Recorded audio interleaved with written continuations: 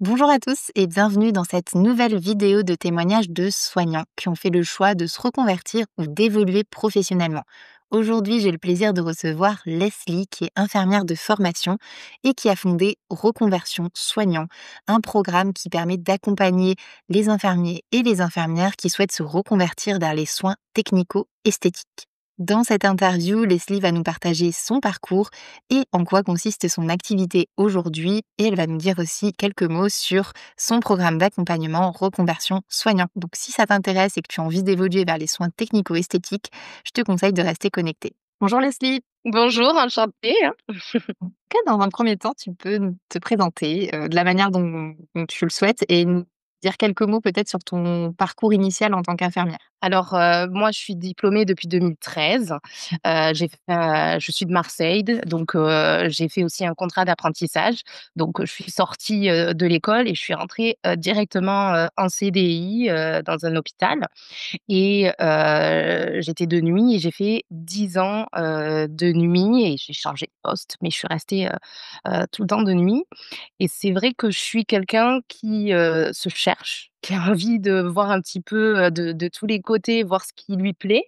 Donc, j'ai pas juste travaillé de nuit, j'ai utilisé mon temps libre pour bosser et explorer, différentes, différents, métiers, hein, de l'infirmière. J'ai travaillé, dans des laboratoires en même temps. J'ai travaillé en tant qu'infirmière libérale, remplaçante, en même temps. J'avais déjà cette fibre aussi, de formatrice parce que, Mm. à l'époque où il y avait les concours, je formais aussi pour passer, les concours infirmiers. Donc, je me suis toujours un petit peu, cherchée, jusqu'à, le moment fatidique, je pense, beaucoup d'infirmières, le Covid et en plus de ça, moi, l'arrivée de mon fils et j'ai tout abandonné. J'ai posé la démission et j'ai lancé mon centre, technico-esthétique et à partir de là, tout s'est enchaîné, jusqu'à, l'ouverture, de mon entreprise Reconversion Soignant. Ok, merci pour ce résumé de ton parcours.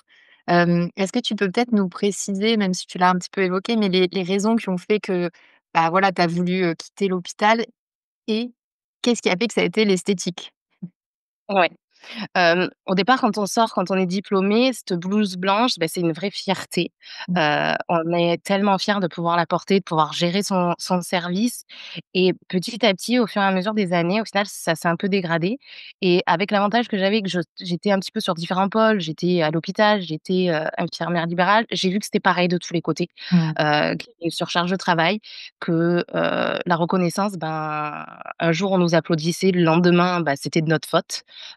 Le Covid, il se transmettait et moi, j'ai eu mon fils pendant la période Covid et je me suis dit: «Qu'est-ce que j'ai envie? Est-ce que j'ai envie d'être absente pour son anniversaire, 1 Noël sur 2? Est-ce que, j'ai envie d'évoluer comme ça?» Et plus cette surcharge de travail, ce manque de reconnaissance, ça a beaucoup pesé et donc cette blouse blanche elle a perdu un peu son attrait.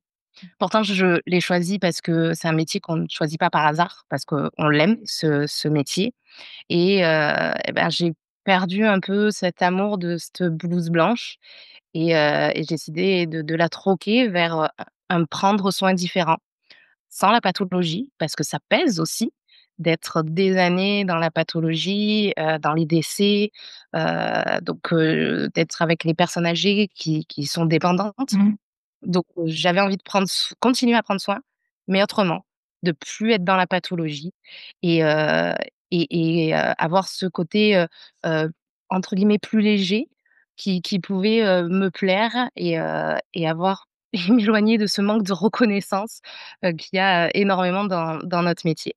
Donc, l'accumulation de tout a fait que, j'ai dit: «Stop». Je suis un peu comme ça, je suis une fonceuse qui m'a desservie énormément, je tiens à le dire. J'ai pas réfléchi, j'ai posé la démission et j'ai ouvert mon centre. OK, donc tu avais découvert, au préalable, les soins technico-esthétiques, tu avais découvert ça par tes expériences? Bah, c'est ça, j'ai toujours été passionnée par les cosmétiques, par, les soins esthétiques et encore une fois, tête baissée, je fonce, je m'oriente mal. J'ai, trouvé un appareillage dont je suis tombée amoureuse et j'ai dit: «J'ouvre», j'ai pas fait la formation, je n'ai Mmh. rien fait, je m'en fiche. J'avais trouvé mon centre, j'avais fait mon business plan, j'avais trouvé mon local, j'avais tout monté et j'étais prête et ils m'ont pris pour une folle, le prestataire, en me disant: «Mais tu as déjà tout et tu as pas fait la formation?» J'ai dit: «Non, c'est bon, Ouais, c'est au clair, il me manque juste la formation et le lendemain, je m'installe» OK. et ça a été ça et donc en fait, je me suis directement, dirigée vers un prestataire de vente d'appareillage qui OK. m'a formée et je me suis installée, dans un coworking. OK. OK, ouais. Dans un coworking, c'est pas commun. Ouais, ça commence à évoluer un petit peu Ouais. et on a de plus en plus en France, c'est vraiment des coworking esthétiques. Donc on peut louer des cabines à OK. l'heure, la semaine, au mois et en fait, tous les professionnels se mélangent. Donc on va aller, ben, de l'ostéopathe à la coiffeuse, au barbier, à l'esthéticienne et maintenant donc aux infirmières qui ont décidé, de se reconvertir vers les soins technico-esthétiques. OK. Et justement, est-ce que tu as évoqué que tu avais pas fait la formation quand tu as ouvert le cabinet, mais que tu en as quand même fait une. Est-ce que tu peux nous dire un peu quel type de formation il faut faire pour lancer ce type d'activité? Probablement que tu embrayeras aussi avec ce que tu proposes aujourd'hui? Exactement. Ben c'est ce que j'ai dit en fait, c'est, un vrai parcours du combattant. Mmh. Parce qu'aujourd'hui, on voit de plus en plus d'infirmières qui s'installent et qui font malheureusement les choses mal. Bah, c'est ce que j'ai fait aussi, hein. Clairement, je me suis installée et j'ai fait que des erreurs. Parce qu'il n'existe pas de passerelle entre infirmière et soins esthétiques. Si on a envie d'ouvrir un centre esthétique, en réalité, il faut passer le CAP esthétique. Il y a pas de passerelle. C'est comme si on dit: «Je veux passer d'infirmière, à bouchère». Ouais. Ça n'a absolument rien à voir. Même si dernièrement, il y a un décret qui est sorti par rapport au laser comme quoi les infirmières peuvent pratiquer, du laser sans la présence d'un médecin. Mais on perd notre statut d'infirmière. Donc on ne peut pas pratiquer sous, ben, le fait qu'on soit infirmière libérale. Il faut vraiment qu'on crée une autre société qui soit à part entière. C'est pas une auto-entreprise parce qu'on ne peut pas le faire quand on est infirmière libérale et donc que ce soit bien différencié, les 2. Donc c'est un petit peu la croix et la bannière parce qu'on trouve des informations, des désinformations, sur cette reconversion. Donc faut bien se mettre en tête de pas monter le projet à l'envers. C'est-à-dire, je cherche une formation et après je vois si je m'installe. Ça sert absolument à rien. Il faut d'abord monter le projet, se dire: «OK, je veux faire quoi? J'ai envie de faire quoi? Est-ce que c'est autorisé par la loi?» Mmh. Heu, Quelle formation je dois faire en plus pour pratiquer cette technologie? Parce que peut-être qu'il faut le CAP esthétique sur cette technologie ou passer des certifications avec cette technologie et une fois qu'on a tout ça, qu'on a tout mis en place, là, on va chercher des prestataires. Parce que ce qu'il faut comprendre, c'est que, les prestataires, ils ne vendent pas juste un appareillage. Ils nous Mmh. vendent l'appareil, la formation théorique et la formation pratique. Donc c'est ultra important de se dire, bah, si je m'achète une formation en amont, c'est peut-être un soin que je vais pas forcément pratiquer et c'est forcément, je vais perdre du temps et de l'argent parce que, je vais racheter un appareillage et Mmh. dedans il y aura tout inclus. OK. Donc on perd pas de temps sur ça. Donc on monte bien en amont son projet et après on va chercher les formations et c'est exactement ce que je fais, sur Reconversion Soignant OK. parce que je tellement plantée sur mon démarrage, au niveau de mon statut juridique, au niveau, de mon mode de rémunération, au niveau, des formations. Est-ce que je pars avec tel type de prestataire? Qu'est-ce que j'ai le droit au niveau de la déontologie? Parce que même si on décide de plus pratiquer en tant qu'infirmière, heu, on est toujours régi sous le code de déontologie. Donc il faut respecter, les normes au niveau de la communication, hein, Ouais. pas communiquer sur le fait que nous soyons, infirmières. Donc tout ça est un peu, un petit peu bancal. On ne sait pas, quand on se lance dans ce type de projet-là et c'est pour ça que j'ai créé, cet accompagnement où j'aide vraiment les infirmières à pas faire les mêmes erreurs que j'ai fait. Mmh.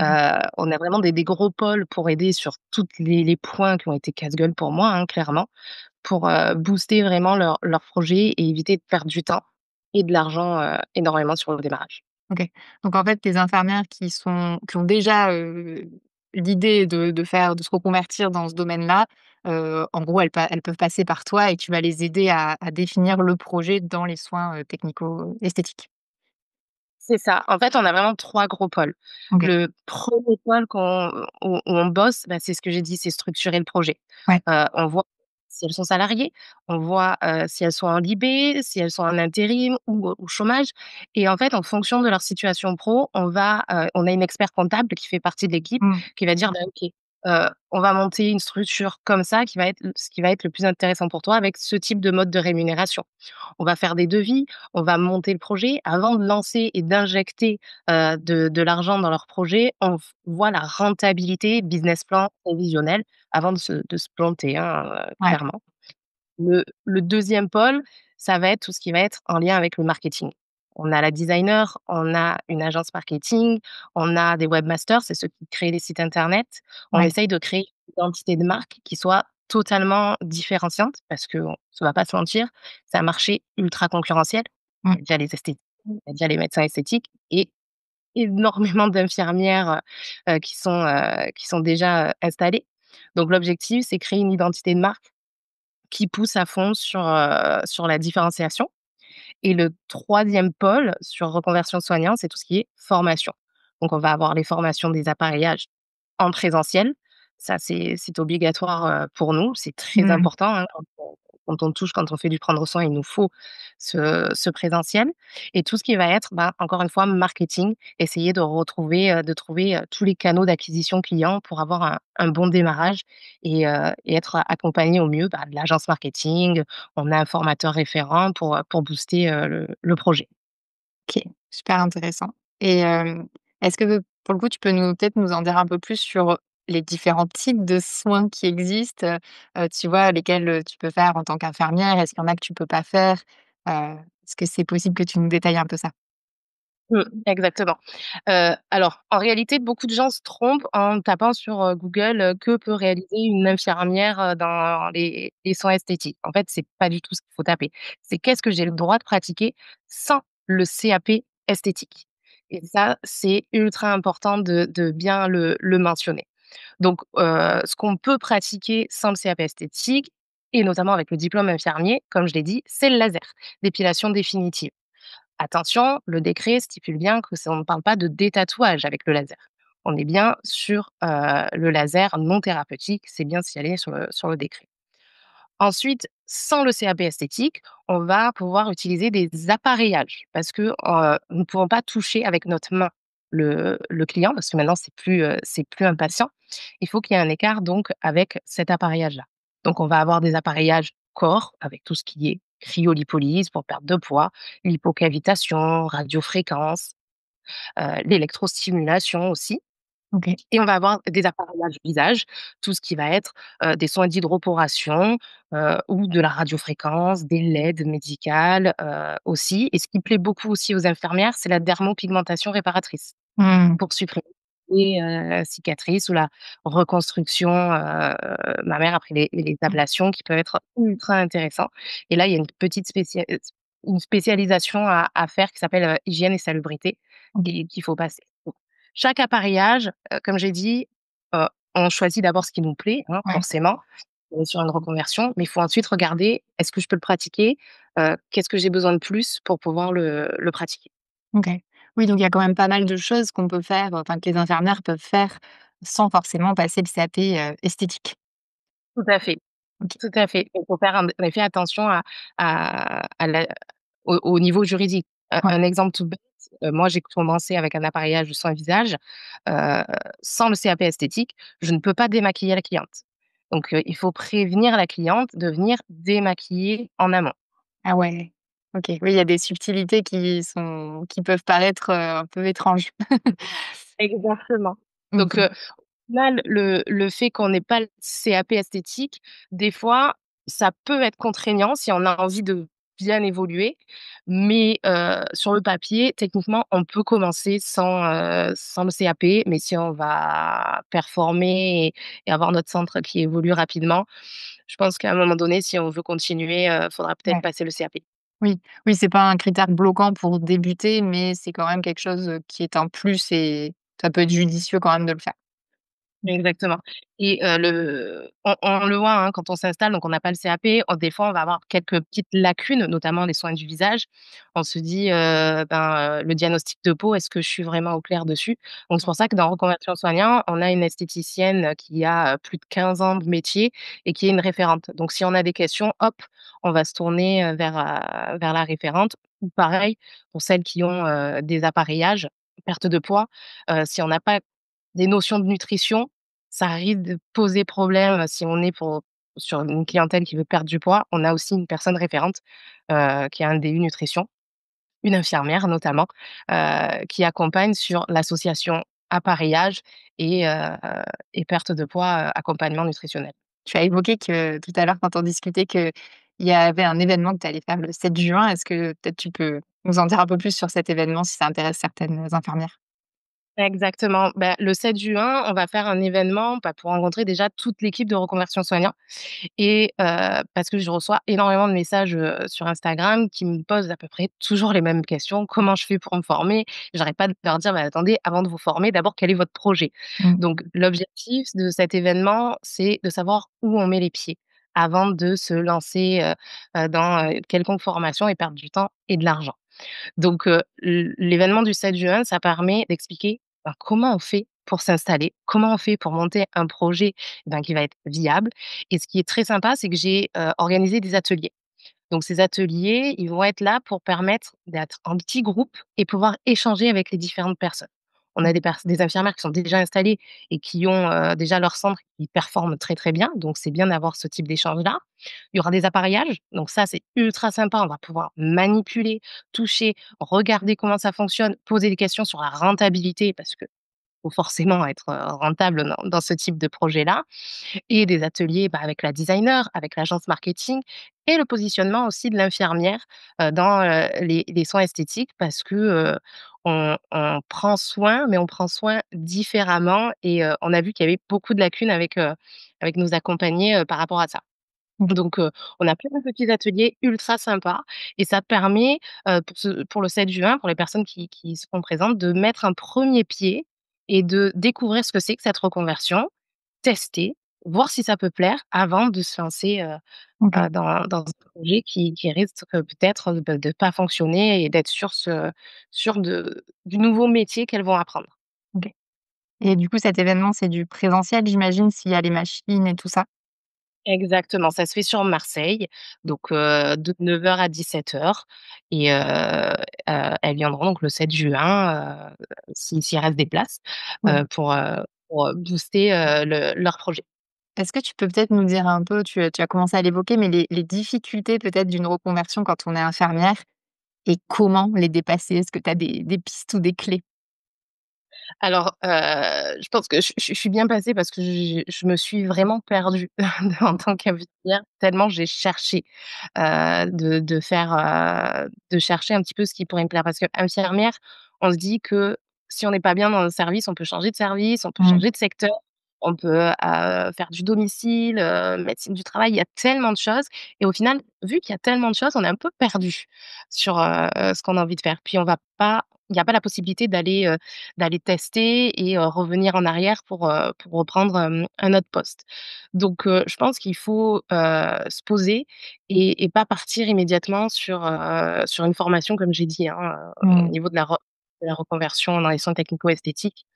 Il faut, se poser et vraiment, bah, faire un bilan de compétences au Mmh. final, pour pouvoir être sûr de ce dont on a envie, parce que des fois, on sait qu'on ne peut plus continuer sur le Mmh. service où on est, sur l'activité, mais qu'on est bloqué et on ne sait pas vers quoi on va se diriger. Heu, Mmh. peut-être qu'on va totalement quitter le métier, de soignante et c'est OK, c'est pas grave. On aujourd'hui, surtout les nouvelles générations, je pense qu'on fait plus des carrières dans un seul métier. Donc je pense qu'on se pose, on fait un bilan de compétences si c'est nécessaire et après on fonce. Mmh. Et se dire qu'on peut se planter, c'est OK parce que je me suis clairement plantée, sur le démarrage de mon centre, hein, comme j'ai dit, j'ai perdu beaucoup de temps et beaucoup d'argent sur mon démarrage, mais ça m'a permis d'arriver là où j'en suis aujourd'hui. d'avoir par la suite, me remettre en question, de m'aider, d'aller voir d'autres professionnels pour m'aider à développer mon entreprise, ce qui a très bien marché et après avoir créé, cet accompagnement. Oui, parce qu'aujourd'hui, du coup, ton temps est partagé entre ton cabinet, enfin ta structure et Reconversion Soignant, qui sont du coup 2 entités, Même plus, parce que j'arrive OK, plus à gérer les 2. OK, J'ai vraiment lâché la main OK, sur le centre esthétique et je me concentre vraiment plus que sur les accompagnements qui me demandent, beaucoup, beaucoup plus de temps, ouais, aujourd'hui. Donc ça a fait, la transition, doucement. Donc aujourd'hui, je gère, une dizaine de personnes qui bossent avec moi sur Reconversion Soignant, avec l'équipe mmh, pour booster les projets et on fait, par mois des sessions, de 10 projets d'infirmières de reconversion. Donc heu, donc ça fait beaucoup de monde, on s'en rend pas compte, mais 10 ouais. par mois, ça prend beaucoup de temps, et on essaye de faire ça, au mieux pour, qu'elles réussissent leur reconversion. OK, super. Bah, merci pour ces précisions, et peut-être pour finir, quels seraient, tes conseils, pour, des infirmières qui veulent se reconvertir, que ce soit dans l'esthétique ou dans autre chose, mais qui n'ont pas encore osé? Est-ce que tu as d'autres conseils à leur donner? Je leur dirais qu'il faut, absolument, bouger, parce que, des fois on est dans cette structure, on est dans son service ou on est dans le libéral et on se rend pas compte on est pris dans le quotidien, on se rend pas compte de la vie qu'on a, actuellement et on se dit pas qu'il y aura peut-être mieux à côté et on prend pas le risque, d'aller voir à côté ce qui se passe et comment on pourrait s'épanouir. Faut vraiment se dire: «Actuellement, comment je suis? Est-ce que je peux continuer jusqu'à ma retraite?» Parce que la retraite maintenant, c'est assez compliqué. C'est très, très long. Infirmière libérale, je pense que, tenir jusqu'à la retraite, ça va être, de plus en plus difficile. Donc il faut vraiment se dire: «Il y a forcément si je suis pas heureuse ici, il faut que j'aille voir ailleurs, si je peux m'épanouir» et pas hésiter et vraiment y aller, rechercher de l'aide, là où on peut en trouver pour booster sa reconversion. Mmh, ouais, oser en tout cas, se poser les questions déjà parce que quelquefois on sait que ça va pas, mais on met un peu sous le tapis en se disant: «Bon, ça va aller, c'est pas si mal ma situation». Donc c'est oser explorer peut-être ce qui se passe et puis chercher de l'aide si besoin, quoi. OK. Exactement. C'est ça. On est pris dans le quotidien et on s'en rend pas compte. Bah, quand on est infirmière, c'est très speed. C'est toujours très, très speed notre vie, enfin, je pense que c'est pareil pour toutes les infirmières. Quand on veut s'organiser entre copines, on sort tout notre agenda, on se dit: «Bon, toi, tu es dispo? Ah non, là, je peux pas, là, je peux pas» et au final, ce type de vie-là, bah, moi, j'en veux plus, hein, Mmh. clairement. Donc on se rend pas compte, on est tellement prises dans ça qu'on se dit: «Bah, c'est pas grave, c'est comme ça pour tout le monde, toutes les Mmh. infirmières». Donc on pourrait, peut-être, s'épanouir autrement. Merci beaucoup Leslie, pour ton témoignage. Pas de rien. Merci d'avoir regardé cette vidéo jusqu'au bout. Si la vidéo et le témoignage de Leslie t'ont plu, pense à t'abonner à la chaîne pour être notifié à la sortie des prochaines vidéos et à liker surtout cette vidéo si jamais le contenu t'a parlé. Tu peux aussi nous partager ton ressenti en commentaire. Je te dis à très vite dans la prochaine vidéo.